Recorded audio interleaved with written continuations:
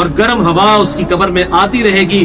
اس کی قبر کو اس قدر تنگ کر دیا جائے گا کہ اس کی پسلیاں ایک دوسرے کے اندر داخل ہو جائیں گی, اور ایک قبیح چہرے والا شخص قبیح لباس میں انتہائی بدبودار حالت میں اس کے پاس آئے گا اور اسے کہے گا تمہیں ایسی چیزوں کی بشارت ہو جو تمہیں غمزدہ کر دیں, یہ تیرا وہ دن ہے جس کا تجھ سے وعدہ تھا. وہ پوچھے گا تو کون ہے, تیرے چہرے سے تو خیر کی توقع نظر نہیں آتی. وہ جواب دے گا میں تیرا خبیث عمل ہوں جو تو دنیا میں کیا کرتا تھا. بات عمل کے ساتھ ہی ہے, صرف کلمہ پڑھنا کافی نہیں ہے, عمل. پھر وہ کہتا ہے میرے رب قیامت قائم نہ کرنا, ہے میرے رب قیامت قائم نہ کرنا. مومن کیا کہتا ہے, قیامت قائم کر رہے اللہ. اب یہ وہ حدیث ہے وہ جس اس آیت کو حل کرتی ہے جو پچھلی دفعہ ایک بھائی نے سوال بھی کیا تھا. سورہ یاسین کی آیت نمبر ہے 52. قالوا یا ویلنا من بعثنا من مرقدنا, یعنی جب قبروں سے نکالا جائے گا مجرموں کو وہ کہیں گے ہائے افسوس ہمیں کس نے ہماری قبروں سے باہر نکالا. تو اللہ تعالیٰ کیا فرمائے گا, ھذا ما وعد الرحمن وصدق المرسلون, یہی ہے وہ جس کا وعدہ رحمان نے کیا تھا اور رسولوں نے سچا کہا تھا. تو کہتے ہیں جی منکرین عذاب قبر کہتے ہیں جی وہ انسان کیوں کہتے ہیں ہماری قبروں سے کس نے اٹھا لیا, تو اس پہ عذاب تو نہیں ہوتا, عذاب تو ہو رہا ہے. آپ دیکھیں اس وہ حدیث میں کیا کہہ رہا ہے اللہ, قیامت قائم نہ کرنا, یعنی یہ عذاب تو آیا, قیامت آئی تو پھر بڑا عذاب بھی مجھ پر آئے گا. تو اسی لیے وہ حیرت زدہ ہوگا قیامت والے دن, کیا میرے اوپر اگلی مصیبت آ گئی, عذاب کی چوتھی اور فائنل قسط بھی میرے پر آنے والی. اللہم اجرنا من النار. 11ویں حدیث سنن نسائی میں 1834, مشکات میں 1629. ابو ہریرہ رضی اللہ تعالیٰ عنہ کہتے ہیں آپ صلی اللہ علیہ وسلم نے فرمایا جب مؤمن شخص کی موت کا وقت آتا ہے تو رحمت کے فرشتے سفید ریشم لے کر آتے ہیں اور کہتے ہیں راضی ہونے والی پسندیدہ روح نکل, اللہ کی راحت اور رزق کی طرف چل, رب تجھ پر ناراض نہیں. تو وہ بہترین کستوری کی خوشبو کی طرح نکلتی ہے حتیٰ کہ وہ ایک دوسرے سے اسے لے کر اس طرح کرتے کرتے آسمان کے دروازوں تک پہنچ جاتے ہیں. تو وہ کہتے ہیں زمین سے یہ کیسی پاکیزہ خوشبو تمہارے پاس آئی ہے, وہ اسے مومنوں کی روح کے پاس لے جاتے ہیں, یعنی نیک آدمی کی روح کو, جو پہلے مومن مر چکے ہیں ان کی روحوں کے پاس. تو انہیں اس کے آنے پر اس سے بھی زیادہ خوشی ہوتی ہے, یعنی مومن انتظار کر رہے ہوتے ہیں اور ویلکم کرتے ہیں. جیسا کہ تم میں سے کسی کو اپنے بچھڑے ہوئے شخص کے ملنے پر خوشی ہوتی ہے. تو وہ آلریڈی جو مردہ روحیں وہاں پر پہنچی ہوتی ہیں, جو مر چکے شخص جو ہوتے ہیں ان کی روحیں, وہ نئی آنے والی روح سے پوچھتے ہیں فلاں کا کیا حال ہے, فلاں کا کیا حال ہے. پھر وہ کہتے ہیں اسے چھوڑ دو کیونکہ یہ ابھی ابھی دنیا کے غم میں مبتلا ہو کر یہاں پر آیا ہے. تو مرنے والا شخص کہتا ہے کہ تم جس شخص کے بارے میں مجھ سے پوچھ رہے ہو وہ تو فوت ہو چکا ہے, کیا تمہارے پاس نہیں آیا؟ وہ کہتے ہیں اسے تو اس کے ٹھکانے ہاویہ یعنی جہنم میں پہنچا دیا گیا ہے. اور جب کافر شخص کی موت کا وقت آتا ہے تو عذاب کے فرشتے بالوں کا لباس لے کر اس کے پاس آتے ہیں اور اسے کہتے ہیں ناراض ہونے والی ناپسندیدہ روح نکل, اللہ کے عذاب کی طرف چل. وہ مردار کی انتہائی بدبو کی صورت میں نکلتی ہے حتیٰ کہ وہ اسے زمین کے دروازے کے پاس لے آتے ہیں. تو وہ کہتے ہیں یہ کتنی بدبودار ہے, حتیٰ کہ اسے کافروں کی روح کے پاس ملا دیا جاتا ہے. اب دیکھیں کہ وہ مومن پوچھ رہے ہوتے ہیں, اب میں اس کو ٹرانسلیٹ کر رہا ہوں, برا نہیں منانا. وہ مومن کہتے ہیں کہ فلاں شخص کا کیا حال ہے, فلاں بزرگ, فلاں مولوی صاحب, فلاں حضرت صاحب کدھر ہیں. وہ کہتے ہیں وہ تو جناب کدوں نہ مار بیٹھے تو آڈے کول نہیں پہنچے, اور پھر فرشتے جناب اتنے نہیں آئے جو دوزخ ہی تھے. یہ دیکھ لیں, یعنی وہ اسی لیے پوچھ رہے ہوتے ہیں کہ تو چل ہم تک پہنچ گیا, فلاں بھی ایک دنیا میں بڑا کوئی مشہور نیک آدمی تھا, وہ کدھر گیا؟ تبھی تو وہ ایکسپیکٹ کر رہے ہوتے ہیں نا اس کو کہ اس کو بھی یہاں پہ آنا چاہیے. تو ان کو بتایا جاتا ہے کہ بھئی وہ یہاں پر نہیں, وہ کہیں اور پر ہے. 12ویں حدیث جامعہ ترمذی میں 1071 نمبر اور مشکات میں 130 نمبر ہے. سیدنا ابو ہریرہ کہتے ہیں نبی صلی اللہ علیہ وسلم نے فرمایا جب میت کو دفن کیا جاتا ہے تو 2 سیاہ فام نیلی آنکھوں والے فرشتے اس کے پاس آتے ہیں. ان میں سے ایک کو منکر اور دوسرے کو نکیر کہا جاتا ہے. سیاہ فام نیلی آنکھوں والے خطرناک شکل کے فرشتے منکر اور نکیر. پس وہ کہتے ہیں تم اس شخص کے بارے میں کیا کہا کرتے تھے, یعنی نبی صلی اللہ علیہ وسلم کے بارے میں سوال ہوتا ہے. تو وہ کہتا ہے وہ اللہ کے بندے اور اس کے رسول ہیں. میں گواہی دیتا ہوں کہ اللہ کے سوا کوئی معبود نہیں اور محمد صلی اللہ علیہ وسلم اس کے بندے اور رسول ہیں. وہ دونوں فرشتے کہتے ہیں ہمیں پتا تھا تم یہی جواب دو گے. پھر اس کی قبر کو لمبائی اور چوڑائی میں 70 ہاتھ کشادہ کر دیا جاتا ہے. یہ 70 کہتے ہیں کثرت, حد نظر تک کشادہ کر دیا جاتا ہے. پھر اس کے لیے اس میں روشنی کر دی جاتی ہے. پھر اسے کہا جاتا ہے سو جا. وہ کہتا ہے میں اپنے گھر والوں کے پاس واپس جانا چاہتا ہوں تاکہ انہیں بتاؤں کہ میں کامیاب ہو گیا ہوں. لیکن وہ کہتے ہیں کہ تو دلہن کی طرح سو جا, جسے اس کے گھر کا عزیز ترین فرد ہی آ کر بیدار کرتا ہے, حتیٰ کہ اللہ تعالیٰ اسے اس کی خوابگاہ سے قیامت والے دن بیدار کرے گا. یعنی اسے لٹا دیا جائے گا, پھر اس پہ وہ کیفیت وہ جنت والی تاری رہے گی, پھر الٹیمیٹلی اللہ تعالیٰ اسے دوبارہ سے زندہ کرے گا. اور اگر وہ منافق ہوا تو وہ کہے گا میں نے لوگوں کو ایک بات کہتے ہوئے سنا تو میں بھی ویسے ہی کہا کرتا تھا, یعنی مجھے نہیں پتا, اللہ کی وہ گواہی نہیں دے سکے گا, رسول اللہ صلی اللہ علیہ وسلم کا اقرار نہیں کر سکے گا, میں کچھ نہیں جانتا. وہ فرشتے کہیں گے ہمیں پتا تھا تم یہی کہو گے. پس زمین سے کہا جاتا ہے اس پر تنگ ہو جا. وہ اس پر تنگ ہو جاتی ہے حتیٰ کہ اس کی ہڈیاں اور پسلیاں ایک طرف کی دوسری طرف آ جاتی ہیں, یوں بولے اعوذ باللہ تعالی. اور اسے مسلسل عذاب ہوتا رہے گا حتیٰ کہ اللہ اسے خوابگاہ سے دوبارہ زندہ کرے گا. یعنی قیامت تک اس پر وہ اس حالت میں عذاب رہے گا, ہمیں نظر نہیں آئے گا. جیسے سویا ہوا شخص ایک ڈراؤنا خواب دیکھتا ہے, وہ تکلیف محسوس کرتا ہے, پاس کھڑا شخص نہیں محسوس کر سکتا. اور سنن دارمی میں ایک حدیث ہے صحیح سند کے ساتھ, مشکات میں 134 نمبر ہے, کہ آپ صلی اللہ علیہ وسلم نے فرمایا 99 اژدہے اس پر, 99 جو ہے خطرناک ڈینجرس قسم کے سانپ اس پر مسلط کر دیے جاتے ہیں جو قیامت تک اسے ڈستے رہتے ہیں. اور وہ اتنے خطرناک اژدہے ہیں, آپ صلی اللہ علیہ وسلم نے فرمایا کہ اگر ان میں سے کوئی ایک بھی دنیا پر اپنی پھنکار پھینک دے تو دنیا کی زمین کا بھی سبزہ نہ ہوگا, ایسا زہر ہے ان کے اندر. اللہم اجرنا من النار, اللہم اجرنا من النار. یہ بھائیوں عذاب قبر کیمرے سے نہیں دیکھا جا سکتا, یہ اللہ تعالیٰ نے پردہ رکھا.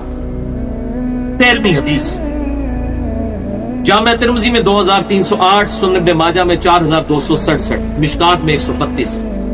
سیدنا عثمان غنی رضی اللہ تعالیٰ عنہ جب بھی کسی قبر کے پاس سے گزرتے تو اتنا روتے کہ ان کی داڑھی تر ہو جایا کرتی. ساتھیوں نے پوچھا حضرت جب دوزخ کا ذکر کرتے ہیں اس وقت تو آپ کی آنکھوں میں آنسو نہیں آتے, لیکن قبرستان آ کر آپ پر ایسی حالت کیوں طاری ہو جاتی ہے؟ تو سیدنا عثمان نے فرمایا کہ میں نے اپنے محبوب صلی اللہ علیہ وسلم سے سنا کہ بے شک قبر آخرت کی منزلوں میں سے پہلی منزل ہے, جو اس میں بچ گیا اگلی منزلیں اس کے لیے آسان ہوتی چلی جائیں گی, اور جسے یہاں پر مشکل درپیش ہوئی اس کی اگلی منزلیں اس سے بھی مشکل در مشکل ہوتی چلی جائیں گی. پھر آپ صلی اللہ علیہ وسلم نے فرمایا میں نے قبر سے زیادہ سخت اور برا منظر کبھی نہیں دیکھا. تو یہ حضرت عثمان غنی رضی اللہ تعالیٰ عنہ کی وہاں پر یہ حالت ہوتی ہے, اور اس میں کیا الفاظ ہے؟ قبر آخرت کی منزلوں میں سے پہلی منزل ہے. لہذا یہ پرفیکٹ دعا ہے, اللہم ربنا آتنا فی الدنیا حسنہ وفی الآخرۃ حسنہ وقنا عذاب النار. یہ مولویوں نے جو اپنے بیچ میں جو ہے وہ انجینئرنگ کرنے کی کوشش کی ہے, وقنا عذاب القبری, وقنا عذاب الحشری, یہ جو بدعت داخل کی ہے اس کی ضرورت ہی نہیں ہے, کیونکہ عذاب قبر بھی اس میں داخل ہے. اس میں الفاظ آپ نے دیکھ لیے کیا ہے, قبر آخرت کی منزلوں میں سے پہلی منزل. تو وقنا عذاب القبری وقنا عذاب الحشری کہنے کی ضرورت ہی نہیں ہے. ربنا آتنا فی الدنیا حسنہ وفی الآخرۃ حسنۃ وقنا عذاب النار.